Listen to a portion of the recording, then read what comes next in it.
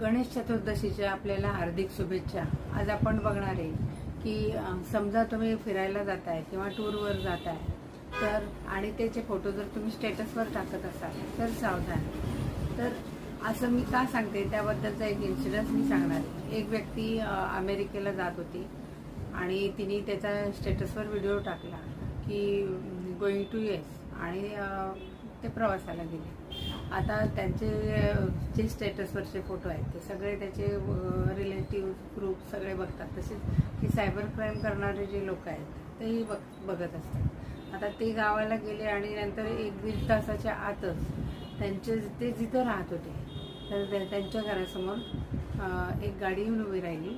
Truck सामान shift करणारी जी company असते ती, म्हणजे आणि पॅकिंग करायचं आणि शिफ्ट करायचं, आणि घरात गेले ते। आता त्यांनी त्यांचं कुलूप तोडलं, मग कुलूप तोडल्याचा आवाज आला, दार उघडलेला, शेजारी बाहेर आले किंवा मग तिथं गावाला गेलेत। मग त्यांनी सांगितलं की आम्हाला त्यांचा मेसेज आला आहे की आम्ही गावाला चाललो तर तुम्ही पेस्ट कंट्रोल करा घरात। आता त्यासाठी आम्ही हे सामान सगळं शिफ्ट करणार आहे आणि पेस्ट कंट्रोल करणार आहे।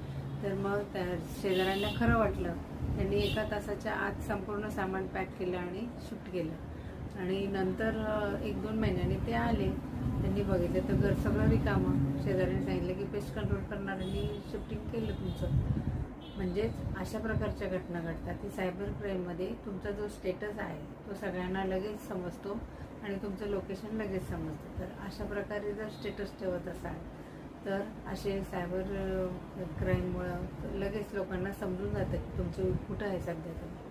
तर ह्याच्याबाबत सावधान राहिलं पाहिजे। स्टेटस ठेवताना तुमचं लोकेशन समजायला नको, नुसते फोटो ठेवणं पण कुठं चाललं आहे काय याचं तुम्हाला जागा पर्टिक्युलर माहिती नको की तुम्ही किती वेळाने परत येणार। तर याच्याबाबत सावधान राहिलं पाहिजे स्टेटस